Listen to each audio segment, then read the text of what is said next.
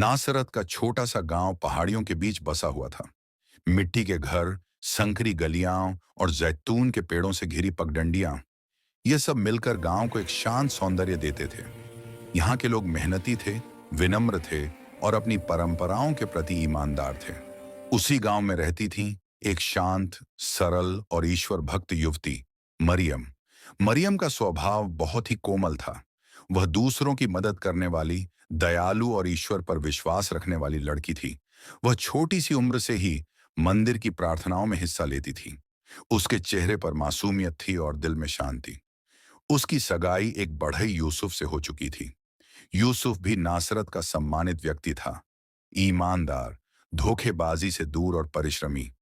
वह लकड़ी से खूबसूरत चीजें बनाता था। उसकी कारीगरी लोगों को दूर दूर तक पसंद थी। मरियम और यूसुफ एक दूसरे से जुड़े थे, सिर्फ रिश्ते से नहीं बल्कि विश्वास और नम्रता से। स्वर्गदूत का आगमन। एक दिन सुबह मरियम अपने घर में सफाई कर रही थी कि अचानक कमरे में एक उजाला फैल गया। यह कोई साधारण प्रकाश नहीं था। यह अत्यधिक चमकदार, दिव्य और शांत ऊर्जा से भरा हुआ था। मरियम डर गई। उसने अपने हाथों से अपना चेहरा ढक लिया। तभी उसने एक कोमल परंतु दृढ़ आवाज सुनी, मत डरना मरियम। वह आवाज किसी इंसान की नहीं थी। मरियम ने धीरे धीरे अपना सिर उठाया और देखा। उसके सामने एक चमकदार स्वरूप वाला स्वर्गदूत खड़ा है। यह गैब्रियल था। उसका चेहरा तेजस्वी था। उसकी आंखों में अनंत शांति और उसके वस्त्रों में दिव्य प्रकाश था। मरियम अवाक थी, पर स्वर्गदूत ने मुस्कुराकर उसे सांत्वना दी। मरियम, उसने कहा, तू परमेश्वर की प्रिय है। परमेश्वर ने तुझ पर कृपा की है। तू पवित्र आत्मा की शक्ति से गर्भवती होगी और एक पुत्र जन्म देगी। तू उसका नाम यीशु रखना। मरियम स्तब्ध रह गई। उसके शब्द मानो सूख गए हों। वह केवल सुनती रही। स्वर्गदूत आगे बोला, वह महान होगा, सर्वोच्च परमेश्वर का पुत्र कहलाएगा।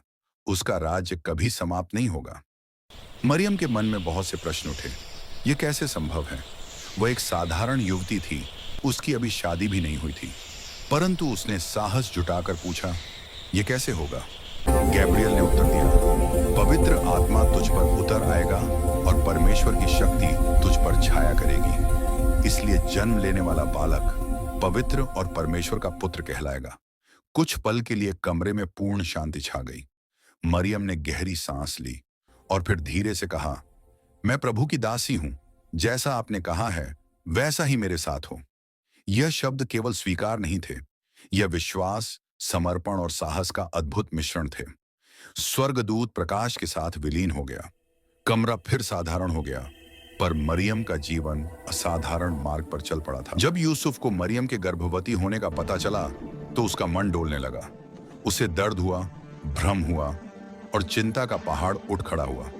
मरियम उसे ऐसी लगती थी जिसे झूठ बोलना नहीं आता, पर फिर भी स्थिति कठिन थी। उसने रातों को नींद खो दी। वह किसी को बदनाम किए बिना चुपचाप यह रिश्ता खत्म करना चाहता था। वह मरियम से प्रेम करता था, उसे दुख पहुंचाना नहीं चाहता था। लेकिन उसी रात जब वह गहरी चिंता में सोया हुआ था, एक स्वर्गदूत उसके स्वप्न में आया। उसने कहा, यूसुफ, मरियम को अपनी पत्नी के रूप में स्वीकार करने से मत डर। वह जो बालक धारण कर रही है वह पवित्र आत्मा से है। उसका नाम यीशु रखना, क्योंकि वह अपने लोगों को उनके पापों से बचाएगा। यूसुफ जागा और उसके हृदय में शांति उतर आई। वह समझ गया मरियम सत्य कह रही थी। उसने उसके साथ खड़े रहने का निर्णय लिया। कुछ महीनों बाद पूर्व के देश से 3 बुद्धिमान ज्योतिषी, तारे देखने वाले विद्वान, एक अद्भुत तारे को देखकर समझ गए कि किसी महान राजा का जन्म हुआ है। वे ऊंटों पर सवार होकर रेगिस्तानों, पहाड़ों और नदियों को पार करते गए, सिर्फ उस महान बच्चे की एक झलक पाने के लिए। आखिर तारा बेथलेहेम में एक घर के ऊपर ठहर गया। वे भीतर गए, बच्चे को देखा और उसके आगे झुककर प्रणाम किया। उन्होंने 3 उपहार दिए, सोना, राजा होने का संकेत, लोहबान, फ्रैंकिनसेंस, दिव्यता का प्रतीक, गंधरस, मिर। बलिदान का संकेत उनकी आंखों में सम्मान था और उस बच्चे के चेहरे पर शांति। राजा हेरोदेस को जब नए राजा के जन्म का पता चला तो उसके मन में भय और ईर्ष्या पैदा हुई। उसने बालक को मारने की योजना बनाई, लेकिन एक रात यूसुफ को फिर स्वप्न में स्वर्गदूत ने कहा, यूसुफ, बालक को लेकर मिस्र भाग जाओ। हेरोदेस उसे मारने की कोशिश करेगा। और वे रातों रात मिस्र चले गए। वह दिव्य बालक सुरक्षित रहा, क्योंकि उस पर परमेश्वर की योजना थी।